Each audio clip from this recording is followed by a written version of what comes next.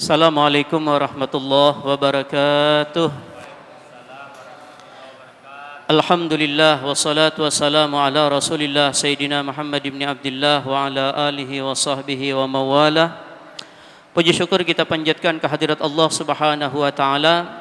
Kembali Allah takdirkan kita untuk bisa hadir di masjid ini guna melaksanakan salat Isya yang barusan kita laksanakan.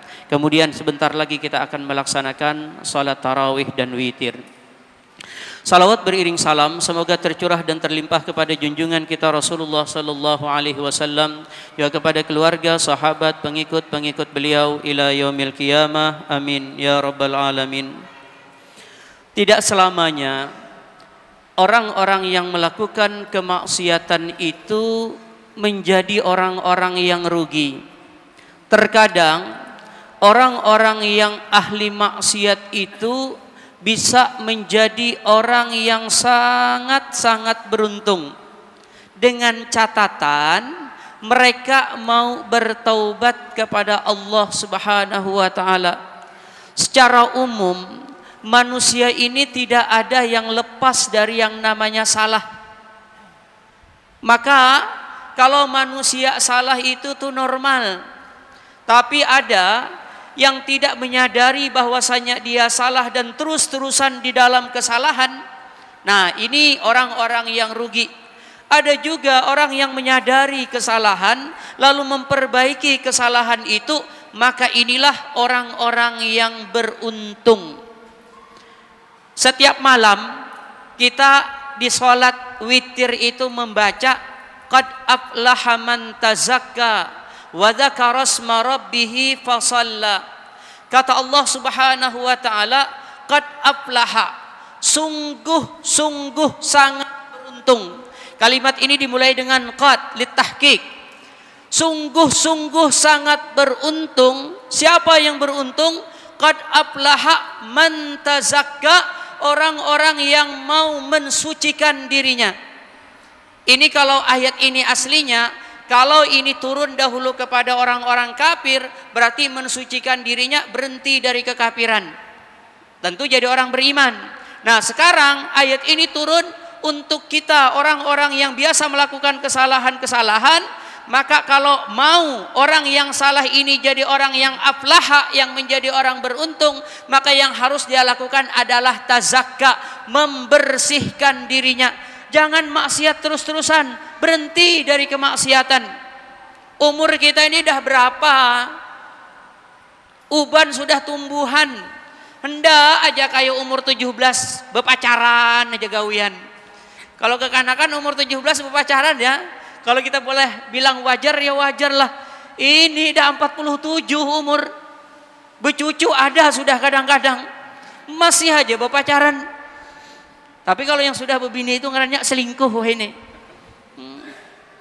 Jangan. Tidak apa-apa, masa silam kita itu suram gak apa-apa. Yang paling penting sekarang dan yang akan datang kita mau memperbaiki diri. Maka sekali lagi kuulangi, kalau kita dahulunya orang yang banyak berdosa, sekarang dan yang akan datang kita berusaha membersihkan dosa-dosa itu, maka kuulangi sekali lagi, kita termasuk orang yang beruntung. Dan itu tidak semua orang dapat. Maka kalau hendak jadi orang beruntung, perbaiki diri. Jangan menunda-nunda. Karena kalau menunda berarti kita membuang kesempatan. Belum tentu besok, lusa kita masih punya umur. Itu yang pertama. Kemudian yang kedua, di ayat itu Allah menceritakan wa dzakara asma rabbih fasalla. Kemudian dia zakara. Zakara itu ingat. Kalau orang ingat pasti taat. Maka biasanya mufassir selalu mentafsirkan kalimat zakara itu dengan al-ta'a.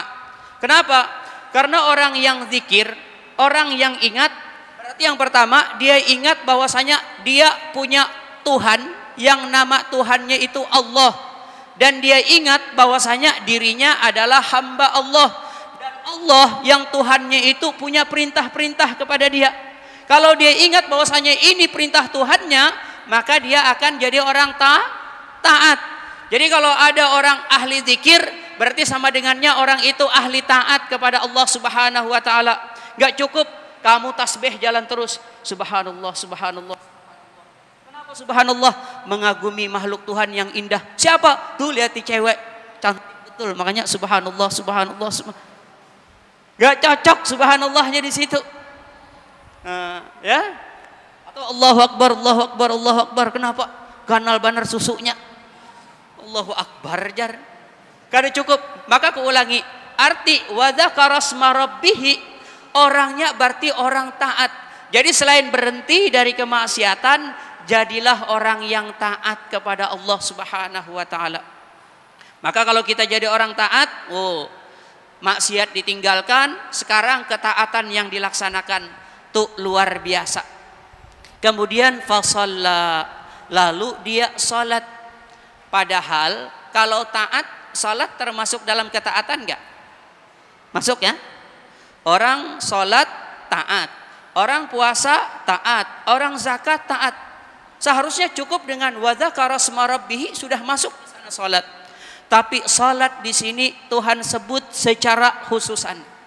Maka berkali-kali saya sampaikan, kalau bicara secara umum lalu disebut secara khusus, berarti yang khusus itu istimewa.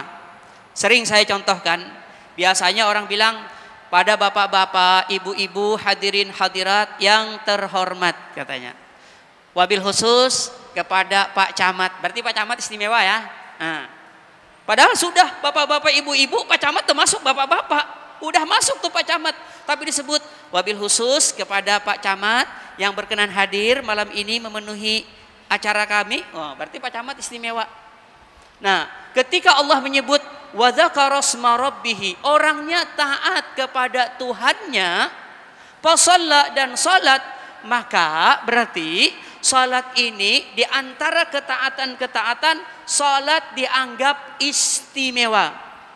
Jadi kita cukup melihat orang itu baik atau tidak, kalau dia salatnya baik atau tidak. Itu ukuran paling gampang.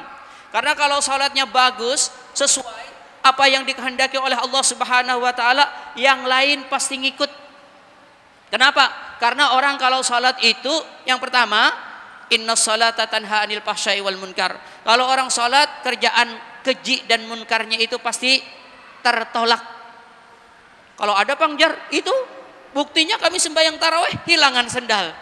Itu yang sembahyang, itu yang nyikat itu. Itu sembahyangnya main-main itu. Kalau sembahyang benar-benar nggak mungkin, ya. Tapi jangan juga kayak ini, bebayang melihati, dah mana sendalku ini kadada. Ini aja dah berarti. Mau ambil sendal orang, jangan ya. Kalau sendal kita hilang, jangan ngambil sendal orang. Kada jar ini hurufannya kayaknya, belum tentu lagi. Ingat ya, kalau sendal kita hilang ya hilang aja. Jangan nyikat sendal orang, kada jar ini hurufannya. Memang ada tadi bapak ada berhurupan. Ingat itu, nya kadang-kadang seperti itu tuh. Nya bila hilang sandal nyeker, jangan sisa sebuting ini lagi. Ini berarti hurufannya. Soalnya ada aja kaumnya di dalam, ya kaum sandalku ini sikatnya. Ingat itu ha? Nya kadang-kadang kita tuh kayak itu. Babaya sandal kita hilang, ada mirip-mirip. Ini jar hurufannya ini. Kebila berhurupan. Nah kita kita ulang sedikit lagi ya. Jadi orang kalau udah sholat itu dijamin kerjaan-kerjaan maksiatnya itu akan terhalang secara otomatis. Maka kalau kita hendak melihati sholat kita ini benar atau tidak, tinggal dilihat. Kalau habis kita sholat masih sering melakukan kemaksiatan, maka ada kesalahan di dalam sholat kita. Tanya ke guru, nih guru sembahyangku nih bujur gak kadakah? Jangan-jangan aku aja merasa sembahyang, padahal kada bujur. Wah ini orang banyak sembahyang kada bujur. Sembahyang tarawih 20 rakaat 10 menit aja. Amun kita 10 menit hanya 2 kali salam. Inya ada 10 kali salam 10 menit aja. Bismillahirrahmanirrahim, dalin, amin. Udah gitu aja. Di mana itu? Hilangan hurufnya. Kan ada ya nontonnya? Jangan. Ya kita ulang sedikit lagi. Jadi orang yang untung itu yang salah, lalu mau berhenti dari kesalahan, lalu mau beribadah kepada Allah Subhanahu wa taala, yang utama jangan pernah meninggalkan salat. Maka masuk ke dalam ayat yang qad aflaha. Dia termasuk orang yang sangat-sangat beruntung. Mudah-mudahan kita semua diberikan oleh Allah Subhanahu wa taala taufik hidayah sehingga bisa menyadari kesalahan-kesalahan kita lalu mau memperbaiki. Mudah-mudahan kita ditakdirkan oleh Allah untuk terus-menerus bisa taat kepada Allah Subhanahu wa taala sampai akhir hayat kita, dan mudah-mudahan kita semua dimasukkan oleh Allah Subhanahu wa taala ke dalam surga bersama-sama dengan Rasulullah sallallahu alaihi wasallam. Salah hilap mohon maaf. Assalamualaikum warahmatullahi wabarakatuh.